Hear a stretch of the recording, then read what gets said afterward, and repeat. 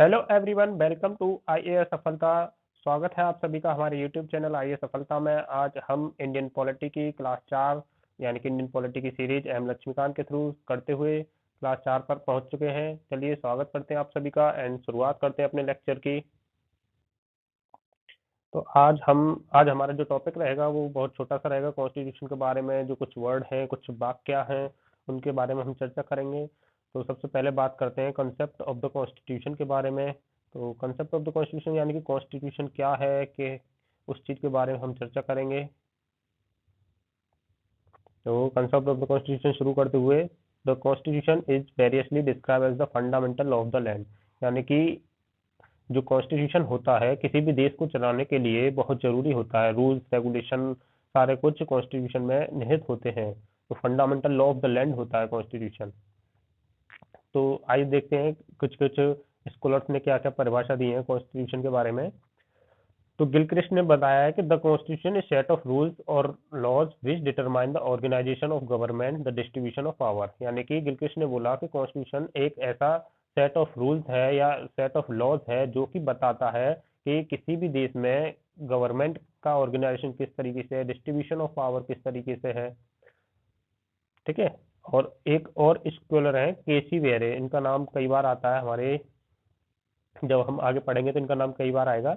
इन्होंने बोला the constitution describe the whole system of government of a country. यानी कि किसी भी देश में गवर्नमेंट कैसे चलाई जा रही है, कॉन्स्टिट्यूशन इस चीज को डिस्क्राइब करता है। तो मेनली क्या है, constitution fundamental law of the land है। किसी भी देश को या किसी भी, ये कहो डेमोक्रेटिक कंट्री को, किसी भी डेमोक्रेटिक कंट्री को अपना रूल चलाने के लिए कॉन्स्टिट्यूशन होना बहुत अनिवार्य है। क्योंकि अगर कॉन्स्टिट्यूशन नहीं होगा तो गवर्नमेंट क्या हो जाएगी, डेमोक्रेटिक से क्या हो जाएगी, ऑटोक्रेट हो जाएगी। तो constitution fundamental law of the land. बात करते हैं next function of the constitution के बारे में। तो एक स्कॉलर रहे एलियट बूमर, एलियट बल्मर, एक constitution scholar, has very well defined the function और पर्पस ऑफ द कॉन्स्टिट्यूशन। यानी कि एक कॉन्स्टिट्यूशन स्कॉलर रहे एलियट बल्मर ने कॉन्स्टिट्यूशन के फंक्शन या कॉन्स्टिट्यूशन के पर्पस के बारे में ये बातें कही है। तो इसमें चर्चा करते हैं। नंबर एक, it can declare and define the boundary of the political community. यानी कि किसी भी देश की जो राजनीतिक सीमा है या पॉलिटिकल कम्युनिटी है उसकी बाउंड्री को डिसाइड करता है हमारा कॉन्स्टिट्यूशन। नंबर दो, it can declare and define the nature and authority of the political community. जैसे हमारा कॉन्स्टिट्यूशन में प्रियम्बल में डिफाइन करता है डेमोक्रेटिक, सोवरेन, सोशलिस्ट, सेकुलर। तो उस तरीके से it can declare define the nature and authority of the political community. Number तीन, it can express identity and values of a national community. Number चार, define the rights and duties of the citizen. जैसे हमारे fundamental right है, fundamental duty है, या right एक तरीके से DPSP, also the right for the government for the welfare of people. Number पाँच, regulate the political institution of the community. यानी कि किसी भी देश के जो इंस्टीट्यूशन है, पॉलिटिकल इंस्टीट्यूशन या तो उनको चलाने के लिए भी कॉन्स्टिट्यूशन वर्क करता है। जैसे हमारे में इलेक्शन कमीशन, यूपीएससी, और भी बहुत सारे कॉन्स्टिट्यूशनल बॉडी है, कॉन्स्टिट्यूशनल मशीन भी जो काम करती है, वो उस तरीके से पूरा फंक्शन रहता है कॉन्स्टिट्यूशन का कि किस तरीके से यूपीएससी होगा, किस तरीके से इलेक्शन कमीशन ऑफ इंडिया होगा, किस तरीके से कंट्रोलर ऑडिटर जनरल काम करेंगे, उस तरीके से। It can commit state particular social, economical और डेवलपमेंटल गोल। यानी कि ये किसी भी स्टेट को, राज्य को उसके सोशल, इकोनॉमिकल और डेवलपमेंटल गोल के बारे में बताता है। जैसे कि हमारा कॉन्स्टिट्यूशन भी बताता है, आर्टिकल 36 से लेकर 51, यानी कि डीपीएसपी में स्टेट के लिए कुछ ड्यूटीज दी गई है, या स्टेट की वो ड्यूटी है अपने सिटीजन्स को प्रोवाइड करना, जिसे हम बोलते हैं direct principle of state policy. तो जिसमें गवर्नमेंट के वेलफेयर गोल, डेवलपमेंटल गोल और सोशल इकोनॉमिकल गोल दिए गए हैं, तो वो वर्क गवर्नमेंट को करना है। नेक्स्ट बात करते हैं, नेक्स्ट और लास्ट बात करेंगे। आज का लेक्चर हमारा थोड़ा छोटा रहने वाला है इस वजह से, तो कोई बात नहीं, चलते हैं classification of the constitution. Constitution के क्लासिफिकेशन में नंबर एक पे बात कर देंगे इवॉल्व कॉन्स्टिट्यूशन और इनेक्टेड कॉन्स्टिट्यूशन। अब चर्चा करते हैं इवॉल्व कॉन्स्टिट्यूशन और इनेक्टेड कॉन्स्टिट्यूशन क्या होते हैं। तो पहले बात करेंगे इवॉल्व्ड के बारे में। An evolved constitution is the outcome of slow and gradual evolutionary process. Its provisions are contained in the form of convention, practice, principle and judicial decision. यानी कि एक कॉन्स्टिट्यूशन इवॉल्व कॉन्स्टिट्यूशन जब कहलाता है जब वह समय के साथ धीरे धीरे डेवलप होता है, जैसे कि कॉन्स्टिट्यूशन ऑफ ब्रिटिश, यानी कि ब्रिटेन का जो कॉन्स्टिट्यूशन है वो इवॉल्व कॉन्स्टिट्यूशन की कैटेगरी में आता है, क्योंकि वो जो कॉन्स्टिट्यूशन है रिजिड कॉन्स्टिट्यूशन नहीं है एक तरीके से, और वो जो समय के साथ चेंज होता रहता है on the form of practice, principle, convention, क्योंकि ब्रिटेन में ज़्यादातर चलती हैं कन्वेंशंस और जुडिशियल डिसीजंस। तो जो मान लो वहाँ का जो हायर कोर्ट है वो डिसीजन लेता है, उसके अकॉर्डिंग फिर जो वहाँ का संविधान चेंज होता है, तो उस संविधान को बोलते हैं, उस कॉन्स्टिट्यूशन को बोलते हैं इवॉल्व्ड कॉन्स्टिट्यूशन। ठीक है, समझ में आया?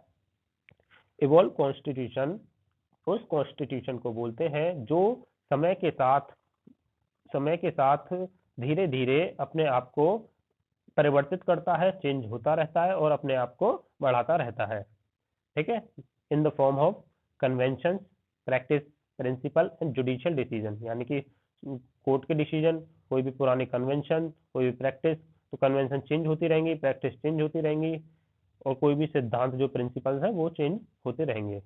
अब बात करते हैं आगे इनेक्टेड कॉन्स्टिट्यूशन के बारे में। इनेक्टेड कॉन्स्टिट्यूशन वो होता है, an enacted constitution on the other hand is deliberately made by the constituent assembly, यानी कि कॉन्स्टिट्यूशन इनेक्टेड कॉन्स्टिट्यूशन वो होगा जो किसी कॉन्स्टिट्यूएंट असेंबली द्वारा बनाया जाएगा, constituent assembly. For example Constitution of America. Constitution of America is a very good example of enacted constitution because it was made by the Constituent Assembly, which was made in the 1787 in Philadelphia Convention.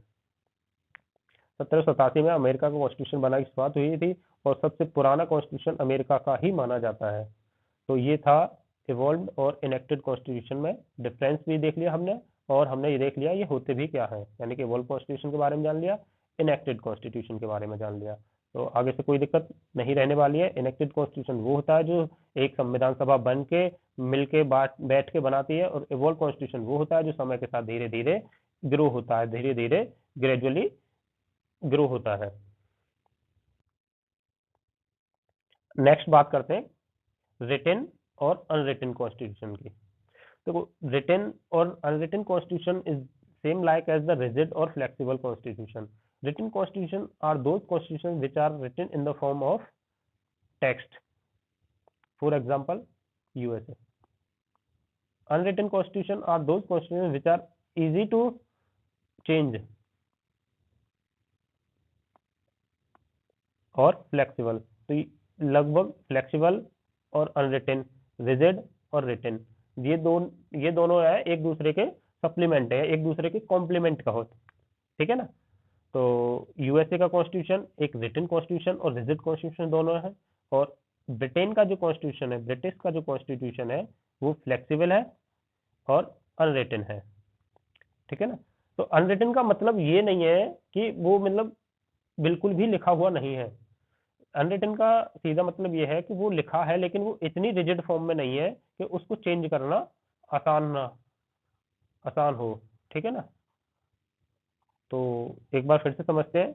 Written constitution are those constitution which are written in the form of text, और unwritten constitution are those which can be gradually change और which can be changes by parliament easily. और rigid constitution वो होते हैं जो जिनमें constitution amendment करना, rigid constitution में कॉन्स्टिट्यूशन अमेंडमेंट करना बहुत ही टफ होता है। फॉर एग्जांपल यूएसए का कॉन्स्टिट्यूशन, क्योंकि यूएसए के कॉन्स्टिट्यूशन को अगर अमेंड करना है तो उसके लिए एक अलग से कॉन्स्टिट्यूशन असेंबली का मैकेनिज्म है, और उसमें स्टेट और सेंटर दोनों का बराबर इक्वल पार्टिसिपेंट है। और जो फ्लेक्सिबल कॉन्स्टिट्यूशन वो होते हैं जिनमें एक सिंगल गवर्नमेंट यानी कि सेंट्रल गवर्नमेंट इजीली चेंज कर सकती है बाय सिंपल मेजोरिटी,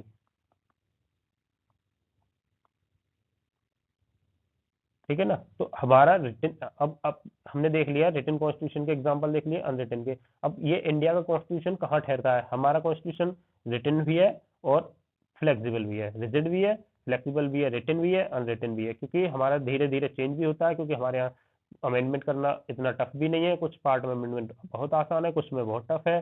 तो जहाँ टफ है वहाँ के लिए हम रिजिड हो जाते हैं, जहाँ आसान है वहाँ के लिए हम फ्लेक्सिबल हो जाते हैं। तो इस तरीके से इंडिया का जो कॉन्स्टिट्यूशन है वो दोनों कैटेगरीज में आता है, रिजिड भी है, कुछ प्रोविजन रिजिड है, कुछ प्रोविजन हमारे कॉन्स्टिट्यूशन के फ्लेक्सिबल है। ठीक है ना। नेक्स्ट कंटिन्यू चर्चा करें फेडरल और यूनिटरी। अब कोई भी कॉन्स्टिट्यूशन फेडरल या यूनिटरी है, ये कैसे करेंगे, ये बात होती है डिवीजन ऑफ पावर को लेकर, डिवीजन ऑफ पावर को लेकर। अगर देखो, अगर clear cut division of power है सेंटर और स्टेट के बीच में, तो वो कॉन्स्टिट्यूशन होगा फेडरल कॉन्स्टिट्यूशन। अगर सेंटर और स्टेट के बीच में क्लियर कट डिवीजन नहीं है या सेंटर मोर पावरफुल है, सेंट्रल गवर्नमेंट मोर पावरफुल है, तो कॉन्स्टिट्यूशन कौन सा होगा, यूनिटरी फीचर। ठीक है ना। तो एग्जांपल देखते हैं, एक सेकेंड, एग्जांपल देखते हैं। जो फेडरल फॉर्म ऑफ कॉन्स्टिट्यूशन है उसका एग्जांपल है यूएसए, और जो यूनिटरी फॉर्म है उसका एग्जांपल है ब्रिटिश। हमारे यहाँ दोनों ही है, हमारा फेडरल विद यूनिटरी वाइस है, Indian constitution federal with unitary vice. Okay. तो आज की क्लास ज़्यादा नहीं है तो चलते हैं आगे। अब जब हमारी क्लास ज़्यादा नहीं है तो हम क्या करते हैं, कुछ एमसीक्यू प्रैक्टिस करते हैं।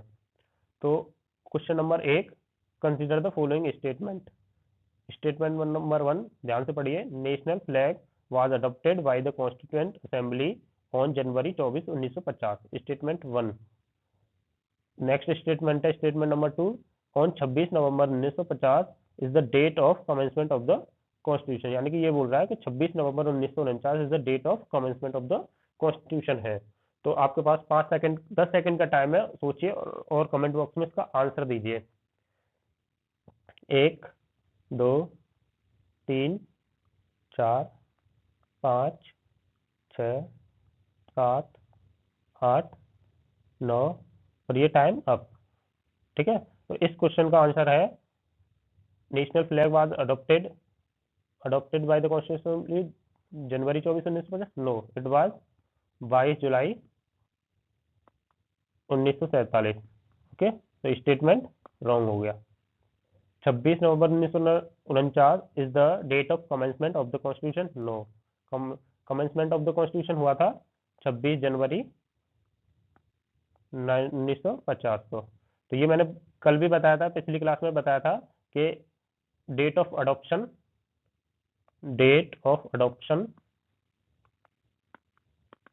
is 26 November 1949 and date of commencement is 26 January 1950। Okay, तो आंसर इसका डी आंसर इसलिए क्योंकि करेक्ट पूछा था। Consider the following statement. Statement number 1, governor of Bengal became governor general of India in 1773 AD. Statement 1 है ये। और नेक्स्ट स्टेटमेंट है regulating act 1773 allows the companies official to do private trade. इसमें पूछा है कि इनकरेक्ट स्टेटमेंट कौन सा होगा। ठीक है, तो आपके पास फिर से वही 10 सेकंड है, फटाफट से आंसर कीजिए। 1, 2, 3, 4, 5, 6, 7, 8, 9, और ये होता है आपका टाइम अप। जिन्होंने आंसर दिए हैं बहुत बहुत धन्यवाद और बहुत बहुत शुक्रिया, आप पढ़ रहे हैं अच्छे से दिल लगा के। तो governor of Bengal became governor general of India in 1773। No, governor of Bengal became governor general of Bengal, ना कि इंडिया। ठीक है ना। तो ये स्टेटमेंट 1 इनकरेक्ट। पूछा भी हमें क्या है, incorrect. Regulating act 1773 allows the companies official to do private trade. No, it prohibit the companies official to do private trade, तो ये भी इनकरेक्ट, तो both statement are incorrect, answer will be C. Next चलते हैं, question number 3 की बात करेंगे। Question number 3, consider the following statement about Pitt's India act 1784, यानी कि हमें पिट्स इंडिया एक्ट 1784 पे क्वेश्चन पूछा गया है। तो स्टेटमेंट नंबर 1 पढ़ेंगे, it distinguished between the commercial and political function of the company, यानी कि कंपनी के जो कमर्शियल और पॉलिटिकल फंक्शन पिट्स इंडिया एक्ट में अलग किए गए थे या उनके बीच में डिफरेंस किया गया था। नेक्स्ट स्टेटमेंट है number 2, companies territory in India for the first time called the British position in India. तो इसमें पूछा है विच स्टेटमेंट इज करेक्ट, तो हमेशा ये ध्यान रखना करेक्ट पूछा है इनकरेक्ट पूछा है। तो इसका आंसर रहेगा ये स्टेटमेंट 100% सही है, ये भी स्टेटमेंट 100% सही है, करेक्ट पूछा, आंसर हो गया सी। ओके, अब बात करते हैं क्वेश्चन नंबर 4 की। Consider the following statement. Number 1, charter act 1813 completely bird extreme, ध्यान रखना, ended the monopoly of trade by east India company, यानी कि स्टेटमेंट 1 कह रहा है कि 1813 के चार्टर एक्ट में जो कंप्लीट एंड हुआ था मोनोपोली ऑफ ट्रेड का, कंप्लीट एंड ऑफ मोनोपोली।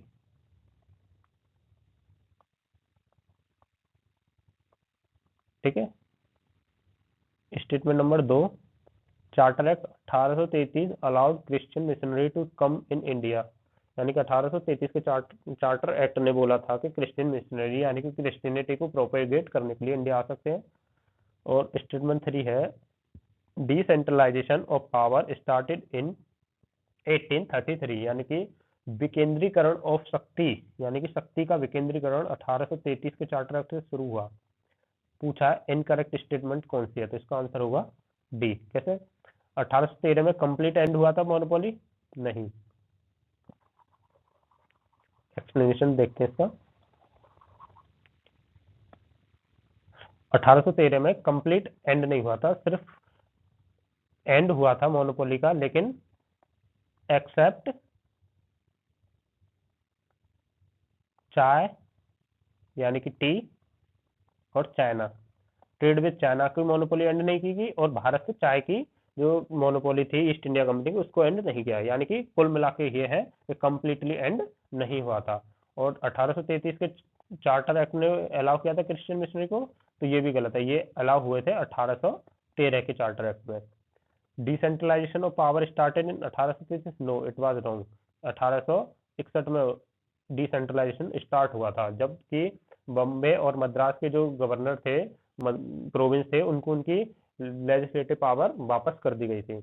तो 1833 में डिसेंट्रलाइजेशन स्टार्ट नहीं हुआ था, 1833 में सेंट्रलाइजेशन कंप्लीट हुआ था।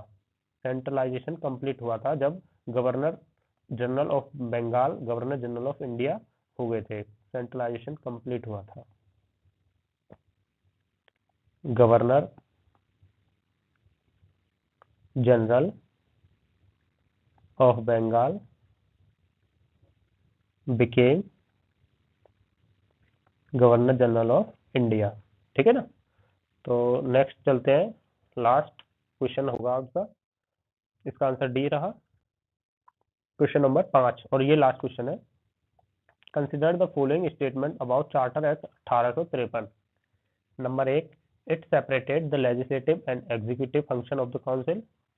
Number 2, it introduce local representation in the Indian legislative council. तो इनकरेक्ट पूछा है, फर्स्ट स्टेटमेंट, 10 सेकंड का टाइम लो, पहले आप कमेंट बॉक्स में आंसर दो या वीडियो पॉज करके आंसर दो। 1 2 3 4 5 6 7 8, और ये टाइम अप। इनकरेक्ट पूछा है, ध्यान दे, it separated the legislative and executive function of the council, ये यस इस बात ट्रू, फर्स्ट स्टेटमेंट ट्रू है। It introduced local representation in Indian legislative council, yes this statement is also true, तो incorrect पूछा है, तो इनकरेक्ट कौन सा हुआ, पहला भी इनकरेक्ट नहीं है, दूसरा भी नहीं है, दोनों भी नहीं है, तो ये डी हो गया। ठीक है ना। तो आज हम यहीं पर अपना सेशन एंड करते हैं। अगर हमारा सेशन आपको पसंद आता है तो प्लीज़ लाइक, कमेंट, शेयर और सब्सक्राइब कर देना। और अगर आपको ये एमसीक्यू सेशन पसंद आया तो प्लीज़ कमेंट बॉक्स में बताना, हम आपके लिए फर्दर और भी सब्जेक्ट के ऐसे ही एमसीक्यू ला सकते हैं, अगर आप कमेंट बॉक्स में अपने कमेंट करेंगे तो आप हमसे जुड़िए इंस्टाग्राम पर, आई एस सफलता के ऑफिशियल इंस्टाग्राम पर, IAS.सफलता पर, टेलीग्राम चैनल और व्हाट्सएप चैनल। तो इन सब की लिंक हम आपको अपने चैनल के डिस्क्रिप्शन में प्रोवाइड करवा देंगे, तो वहाँ से आप ज्वाइन कर सकते हो। और थैंक यू सो मच। लेकिन यही है कि आज का सेशन थोड़ा छोटा रहा और हमने आज एमसीक्यू प्रैक्टिस किए। अगर आपको हमारा एमसीक्यू पैटर्न सही लगा तो आप प्लीज़ कमेंट बॉक्स में अपनी राय दीजिए। बाकी धन्यवाद। Thank you so much.